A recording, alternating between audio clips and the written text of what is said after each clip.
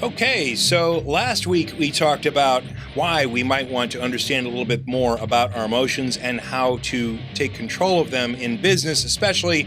And this week we're going to talk about a little bit of a common sense lesson before we go into our next section on understanding and controlling our emotions. Stand by. Welcome to the Turbocharged Entrepreneur, where we discover the secrets of mastering the mind game of success. Clear your mind's calendar. You're about to be infused with some high-octane wisdom that is going to help you turbocharge your positivity, your creativity, your productivity, and your profitability. Here now is your host, a former executive with the Fortune Global 100, a successful entrepreneur out of Georgia Tech's Advanced Technologies Development Center, an advisor in the Charlotte startup community, an expert in emotions management, Sean Webb. Hey, welcome to the Turbocharged Entrepreneur. I'm your host, Sean Webb. Thank you for spending your time with me today. I'll make sure that we don't waste even 1 second of it. Okay, so here's the common sense lesson of the day. It's about multitasking. All of us think that we're really good at multitasking, and the fact is that scientifically speaking, we're not, period. There are an exceptionally small group of super taskers that, when handed a number of things at once, do actually perform better than they would when they're focused on just one thing. But guess how many of those folks exist? Well, in a study of 1,000 participants, 12 turned out to be super taskers. So if you think that you're a multitasker, which I'm sure everyone does because everyone loves to think of themselves as exceptional, yeah. Not even close. The reality is that you're not a super tasker, and the science behind non-super taskers is that when you multitask, you're wasting about 33% of your day because of the amount of time that it takes you to shift from one gear to another. Now, the latest studies have shown that even after 20 minutes of interrupted focus on something, meaning that you're focused on something and things keep beeping in at you, like your cell phone or your email or your social media account, or whatever, stress is building in your body and it's increasing. Why that's bad is that stress creates stress hormone and cortisol and negative chemicals that flow through our bodies. And a study by David Meyer at the University of Michigan showed that when we have those things floating around in our bodies, we're less efficient and our short-term memory sucks. So multitasking causes you to have short-term memory loss, and it causes your efficiency to decrease dramatically. So if you're choosing to be a multitasker, you are choosing to be less effective than you normally could be. Oh, and by the way, if you're choosing to be a multitasker, you're choosing to lose 10 IQ points on average. Your existing IQ, when you take on multiple projects at once or multiple things at once or split your time, your effective IQ drops 10 points.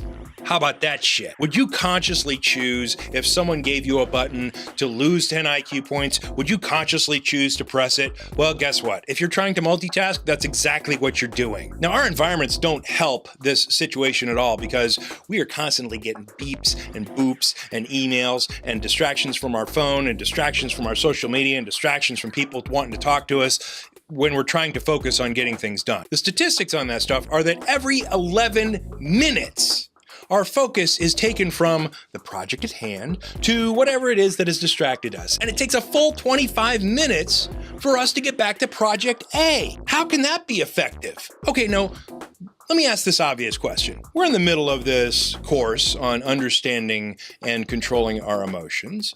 How does multitasking play into that? Here is the reality of that situation. Multitasking is a mind control symptom, meaning when we don't have control of our mind, we try to split our focus and let ourselves be divided in our attention to be able to do multiple things at once because we can't control our mind to get it to focus on one thing at a time and block out all the other distractions. And see, that's where the problem enters, because when we're starting to focus on multiple things because we can't focus on one thing at a time because our mind is so crazy, that is when we lose 33% of our day, and when we start getting distracted every 11 minutes and not being able to get back to what we were doing for another 25. And so this discipline of understanding an automated process in our mind of our emotions, that will help us with our attention on other things. That will help us gain a control of our minds that we have never had before. Because when you're talking about emotions, emotions are an automated process within the mind, right? They are things that occur inside of our brain that we cannot control, but which are dictated by variables that we can control. Now, when we start taking control of those variables, we start taking control of that automated process. And when we start taking control of that automated, basic evolutionary process in our brains, that's when we start taking control of our brains en masse and start controlling our mind so that we can get our stuff done in a more organized and efficient fashion. The mind is the most efficient tool on the planet if you use it as such, and the most inefficient, distractive force on the planet if you let it rule you. Horace said, "Rule your mind or it will rule you." Now, in business, we need to use our mind as a sharp, effective tool, and we need to take care of that tool. And being able to understand how that tool works, that's how we become an effective business person. Now, last week we talked about the equation of emotion, and the equation of emotion dictates every emotional situation that you will ever experience in your entire lifetime. And it works like this: your expectation and a preference regarding whatever it is either met or not met by your perception, the reality as perceived. And if it does equal out that your expectation and a preference meets the reality as perceived of the situation, you have a positive emotion. If your expectation or preference is not met by reality or the world or whatever's happening, a negative emotion is the result. If you don't have one or the other of these, if you don't have an expectation, you don't give a shit. If you don't have a knowledge of something that's happened about something that you care about, you don't have an emotion about it. You may be waiting for emotional processing, but you don't have an emotion at that point.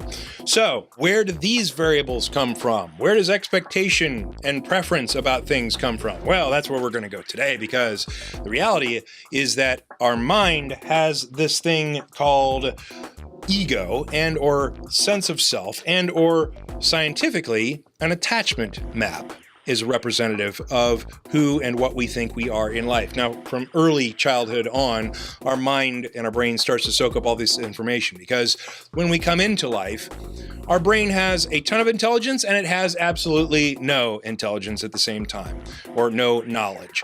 It has a ton of intelligence on how to run our circulatory system, how to run our respiratory system, how to run our nervous system, how to create a body that can be independent of mommy on day one with a little help, but that at the same time is empty of the knowledge that we need for living on this planet. Why? Because the environment is an ever-changing entity. The environment is always changing. The only thing in the universe that never changes is that everything is always changing. So our mind basically needs to be a clean slate. We need to be able to come into this environment that may be different from 100 years ago or 1,000 years ago, so that we don't have information that's old or outdated, and we learn from moment one of popping out of mommy's belly. From that point, we start to understand about the world, and we start to understand about ourselves, and we define the world and we define ourselves. That is a grizzly bear. If I get too close to a grizzly bear, I will cease to exist. That is an important thing to know in creating a longer life. Our brain is basically an organ to help us extend our life and thus procreate into more bodies. Now, these things that we learn about the world and learn about ourselves become attachments of ideas. And regarding our definition of self, so that we understand ourselves, we start to attach to ideas that, oh, I am a boy, and all the things that means to me and to society. My name is Sean. I am my religion. I am my politics. I am my favorite sports team. I am my favorite color. I am all of these things that my mind attaches to define myself. Now, taking this to the next level. The equation of emotion is something that happens unconsciously in the brain. A bear walks out of the woods in front of us.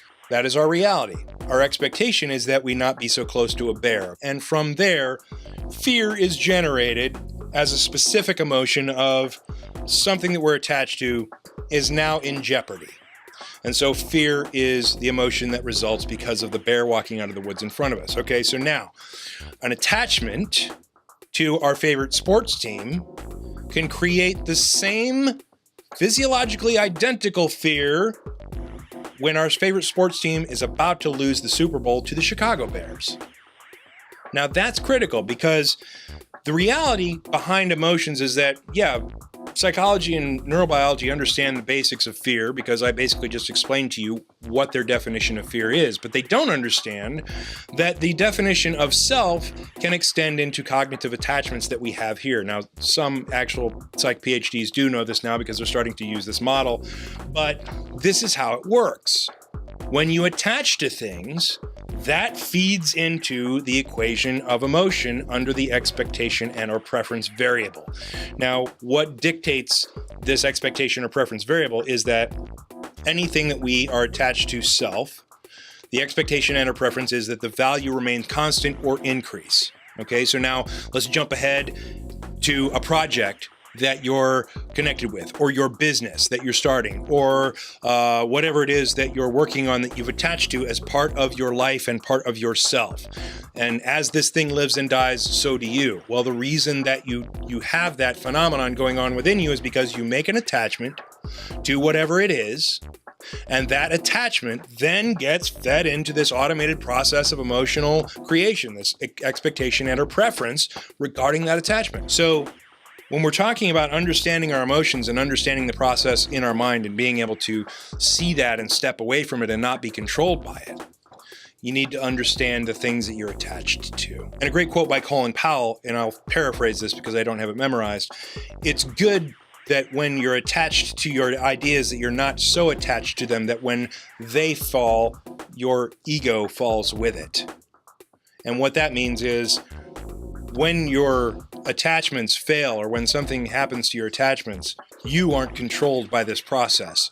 You're controlling this process. Because really that's what we're talking about, right? We're talking about the difference between being controlled by this bull or controlling this bull. And that's a great analogy because if you're controlled by this bull and you let a bull loose in your china shop, he will break your shit. From a business perspective, from a personal perspective, from a control perspective.